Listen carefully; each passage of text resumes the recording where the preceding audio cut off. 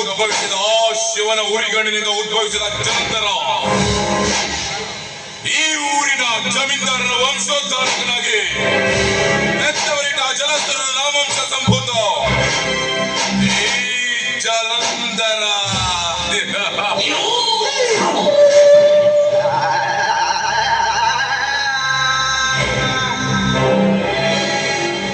ಈ ಧರೆಯಲ್ಲಿ ಜಂಬದಿಂದ ಜೇಕರಿಸುತ್ತ ದರ್ಪದಿಂದ ತಾಪಿನಲ್ಲಿಡುತ್ತ ಕುರುಕುಲಾಧಿಪ ದುರ್ಯೋಧನನಂತೆ ಚಿಂತೆಗೆ ಬಿದ್ದು ಇಷ್ಟಪಟ್ಟಿರೋದನ್ನ ಕಷ್ಟಪಟ್ಟಿಯಾದ್ರು ಪಡೆದೆ ತೀರುವ ಜಲದಂಕಮಲ್ಲ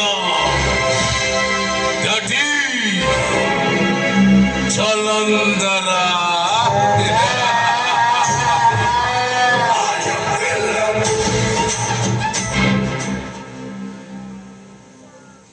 ಕಂಡದನ್ನ ಬಯಸುವುದು ಕಾಮ, ಬಯಸಿದ್ದು ಸಿಗದಿದ್ದಾಗ ಉಂಟಾಗುವುದು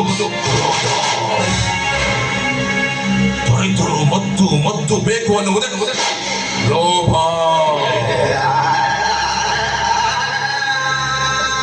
ದೊರೆತದ್ದು ಕೈ ಬಿಟ್ಟು ಹೋಗಬಾರದೆನ್ನುವುದೇ ಮತ್ಸರ. ದೊರೆತದ್ದು ತನ್ನ ಬಳಿ ಮಾತ್ರ ಇದೆ ಎಂದಾಗ ತನ್ನ ಬಳಿ ಮಾತ್ರ ಇದೆ ಎನ್ನುವ ಚಂಭವೇ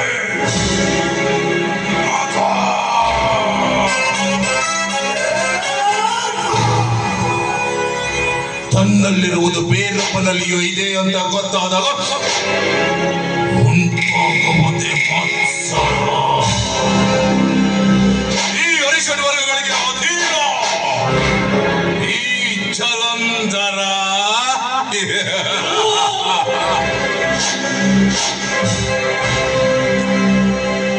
ಕ್ಷತ್ರಿಯನಾದ ವಿಶ್ವಾಮಿತ್ರ ಬ್ರಹ್ಮರ್ಷಿ ಆಗಬೇಕಾದ್ರೆ ಅವನು ಸಾಗಿದ ಮಾರ್ಗ ಎಷ್ಟು ಕಠಿಣವಿತ್ತು, ಅಷ್ಟೇ ರೋಚಕವಾಗಿತ್ತು. ಅದೇ ರೀತಿ ಈ ಜಲಂಧರನ ಬದುಕು ಹಾಗಂತ ಭೂತಕಾಲವನ್ನು ನೆನೆದು ವರ್ತಮಾನದ ಕತ್ತಲಲ್ಲಿ ಕೈಕಟ್ಟಿ ಕೂರುವವನಲ್ಲ ಈ ಜಲಂಧರ. ಭವಿಷ್ಯತ್ತಿನಲ್ಲಿ ನನ್ನ ಬದುಕಕ್ಕೆ ಬೆಳಕು ಬರಬೇಕು ಅಂದ್ರೆ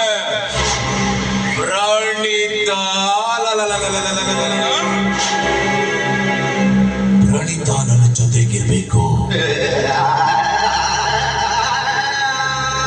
ಪ್ರಣೀತ ಎಂದು ಕಂಡು ಕೇಳಿರಿದ್ದ ಅಪ್ರತಿಮವಾದ ನಿನ್ನ ರೂಪ ಲಾವಣಕ್ಕೆ ಮನಸ್ಸೊತ್ತು ಹೋಗಿ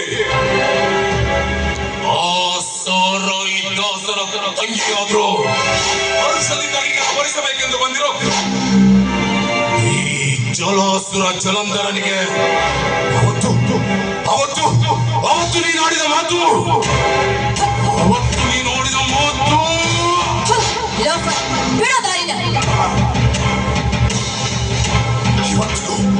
ಇವತ್ತಿಗೂ ನನ್ನ ಕರ್ಣ ಪಡಲದಲ್ಲಿ ಅಂತ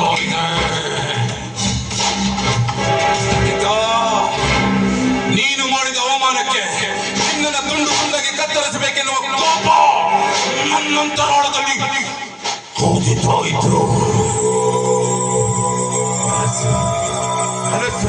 ಮನಸ್ಸು ಮಾತ್ರ ಬೇಡ ಬೇಡ ಬೇಡ. ಯಾಕೆ? ಯಾಕಂದ್ರೆ ನೀನು ಈ ಹೃದಯದ ಬಾಗಿಲನ್ನು ತಟ್ಟು ಬಿಟ್ಟಿದ್ಯ ಪ್ರಣೀತ.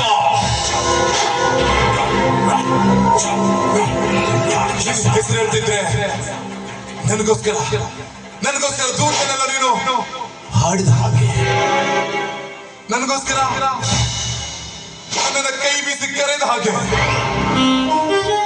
ನನ್ನ ಜೊತೆ ಆಡ್ತೀಯ, ನನ್ನ ಜೊತೆ ಕಣ್ಣ ಮುಚ್ಚಾಲೆ ಆಡ್ತೀಯ, ನೀನು ನನ್ನ ಜೊತೆ ಹಾಡ್ತೀಯ.